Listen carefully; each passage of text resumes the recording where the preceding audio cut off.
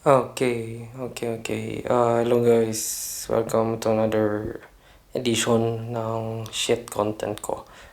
So, yun nga, aeroplano pa rin ito yung time na to. Yung time na to. Ay, puta, hindi pa pala. Doon ako sa Palau. Tapos siyempre, wala silang tubig. Walang water dispenser doon sa airport ng Palau. Tarantado, grabe. So, kung uhaw ka, gusto mong bumili ng tubig, kung anong meron doon, mga restaurant or cafe, doon ka na lang, wala nang iba. Wala nga naman doon sa gripo nila iinom. So yung bumili ako, kita nyo to, $2.48. Puta, magkano yun sa Philippine peso? Alam ko talagang mahal, no? Pag i-convert. Pero kahit tubig sa ibang bansa, hindi yan ang abot $1. No, pero dito sa kanila umabot mag $2.50 na, no? Tangina. Airport nga eh. Pota. Pero sige na lang, uhaw ako. Tapos next, wait lang, pota.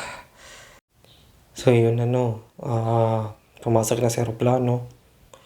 Tapos meron mga in-offer na drinks. Pinili ko orange juice para vitamin C. Kumari. Yung orange juice, syempre, anong expect mo orange juice? Bibigyan ko yan ng normal lang naman din, no? Siguro 5 out of 10 or 6. 5 na lang po. 5 out of 10 para dito sa orange juice. Tapos next, itong masarap. Itong masarap to sa kalimutan rin. Pero matandaan ko na nasarapan ako dito eh. Kago na nga to. Hintayin mo na natin mabuksan ko to. Sige, buksan mo. Tangina. I'm waiting, old man. Mota. One hand. Sige. Mota, yan na. Big reveal. Shit. Ayun, no. Kita nyo yan. Merong hash brown. Merong itlog. Merong ham. Merong corn. Ano kasama ng mais na yan? Mais na parang mayroong mga carrots, green peas, parang gano'n ang binigay. Tsaka yung waffle. Ito ko waffle. Hindi masyadong masarap yung waffle. Medyo matigas. Parang tawag nila dyan. Parang luma na ba? Hindi na siya fresh. Siyempre, sa aeroplano eh. Pero yung hash brown, itlog, ham meal, masarap.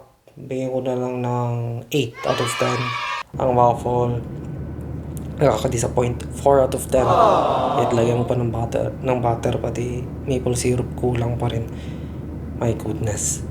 Pero, syempre, at least may pagkain, no? Pero kasama naman din yun sa bayad. So, wala na itong mga re-review.